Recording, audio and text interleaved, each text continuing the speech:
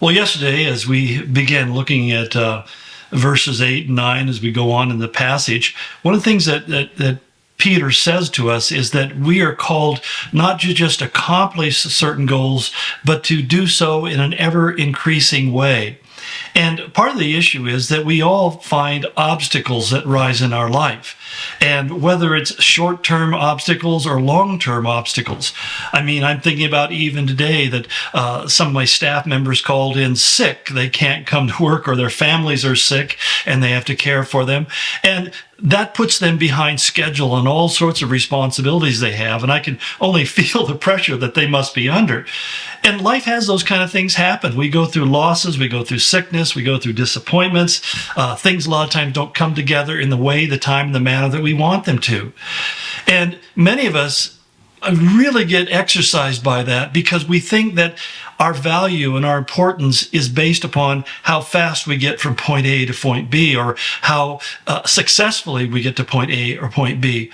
And yet, at the same time, God's always saying to us, what is your life? It's a vapor that appears for a moment and then it passes away.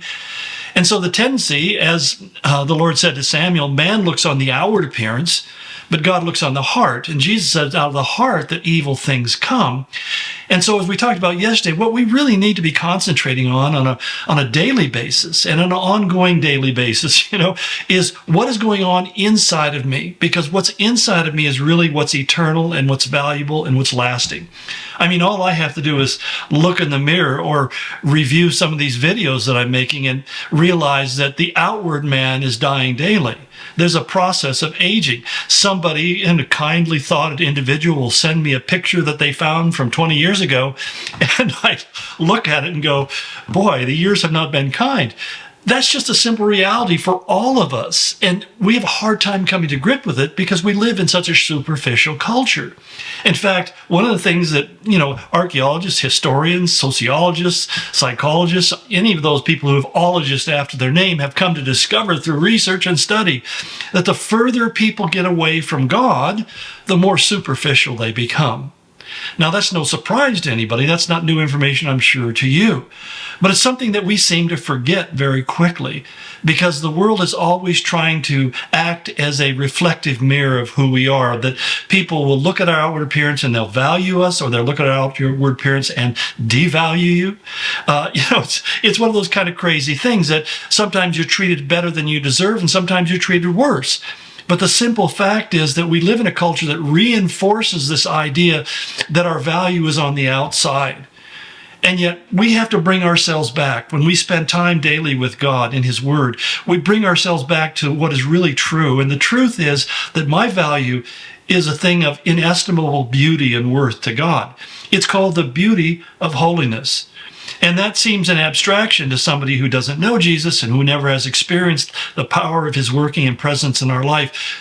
But it's a wonderful thing because particularly when we get to heaven, it's going to glow with a glory that is going to astound even those of us who are walking with Him in this life. And so sometimes if there are regrets in heaven, and I'm not sure that there is, I don't get the sense because it says there'll be no pain, no sorrow, no misery, in heaven. So I don't think that regrets will be a thing that we'll experience in heaven.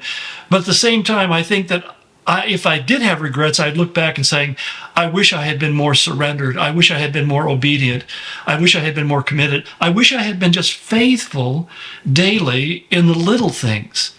Because many people think it's the big dramatic things that we do that God looks at and marvels. No, it's the day-to-day obedience to God in little things that we do every day, because little things are what adds up to great things. We live in a world that is always looking for shortcuts to greatness. I mean, think about it. You got people who will take drugs to build up their muscles so they'll have this glorious physique. We have people who will exercise to insanity in order to keep themselves in tip-top shape. They'll eat foods that are only fit for horses and cows. I mean, they'll do all these things, deprive themselves, or they'll press themselves because they're trying to reach this level of achievement. Even the idea of how do I gain immortality in a physical way, in a material world, which is in itself its own kind of insanity, because there's no mortality and there's no immortality in a material world. We all come from dust, and we will all return to dust, no matter who captures my consciousness or my thoughts and puts them on a videotape. This kind of stuff is fantasy and nonsense, but more importantly, it's a distraction from what really is important right this moment.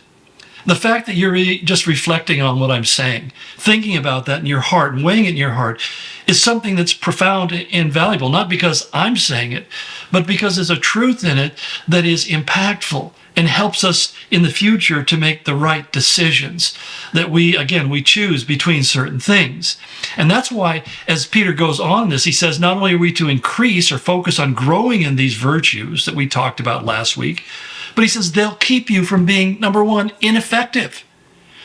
I think that what's really sad is there's things that I've done in my life that I thought were really, really important. And now I look and say, what were they worth? They didn't really add up to anything.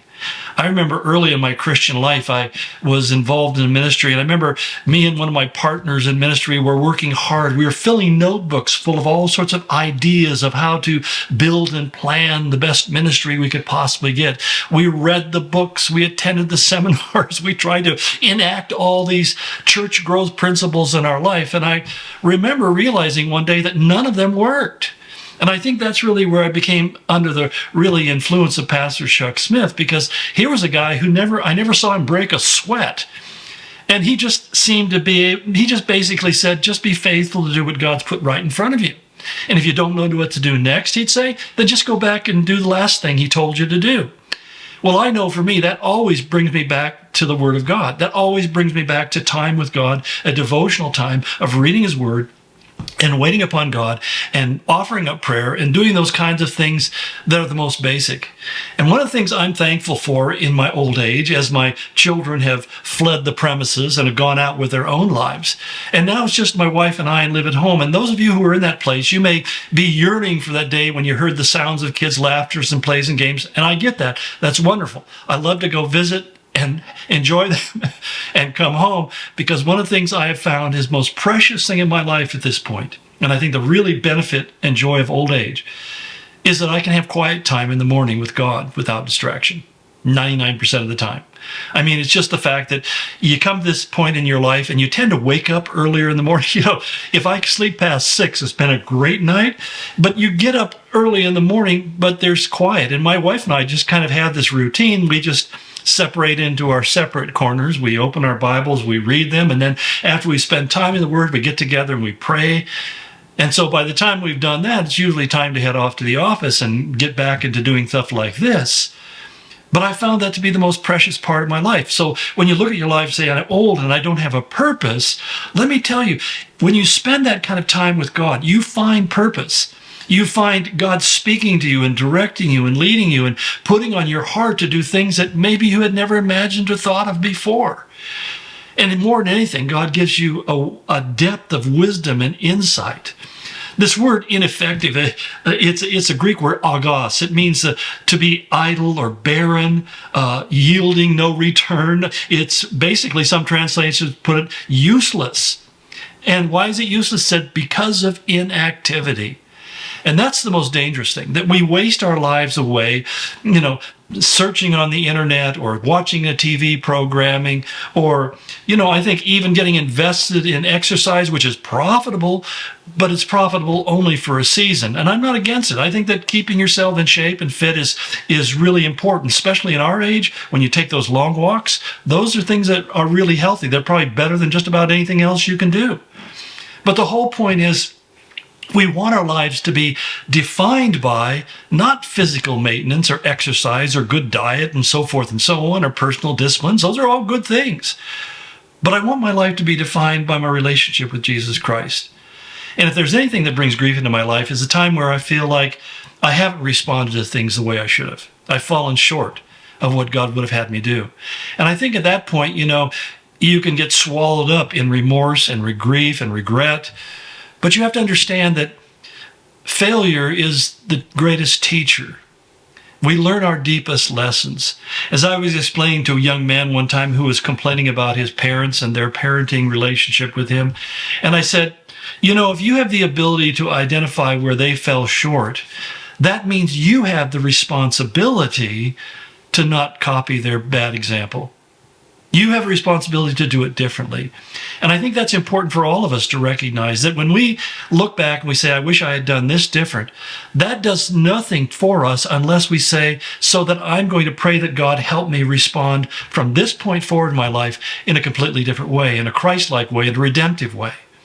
You know, God's ways in our lives are pretty mysterious. In fact, I found that some of the things that I viewed as being failures or shortcomings turned out to be God working in my life to rearrange the chairs on the deck of the Titanic, if you will. Because that's really, we're all on the Titanic. Sooner or later, we'll hit some kind of health iceberg or whatever, and that'll be the end of us. But the whole point is that God says, I want you to rearrange some things in your life. And I'm going to do that in ways that you may be compliant with, or you may not want to do. And I found that there were things that happened that I found very disappointing to me personally. And I'm sure that people looked at me and said, well, we're disappointed in you. That's kind of the way that goes. But here's the thing that was really funny. I look back on it and say, but somehow God worked all that together for the good. That some people were in the wrong place for too long a time. And God does that kind of rearranging of all of us so that we can get on with what we're called to be about. So I don't know what's taking place in your life, but I'm sure it's not that different from what's going on in my life, even though you may think so. The reality is it's so important for us to realize that what God is doing on the inside, what's taking place within the soul, the consciousness, the awareness, the identity, the me that I am, that nobody else may ever fully see or fully understand. That part is the part that God is concerned about because it's eternal. Everything else will pass away. I remember when I realized that 100 years from now, about 20 years from now, if Lord tarries, nobody's going to even really think about me or even remember me. So why am I so upset? Well, anyway, God bless you. We'll continue tomorrow. Thank you for following along.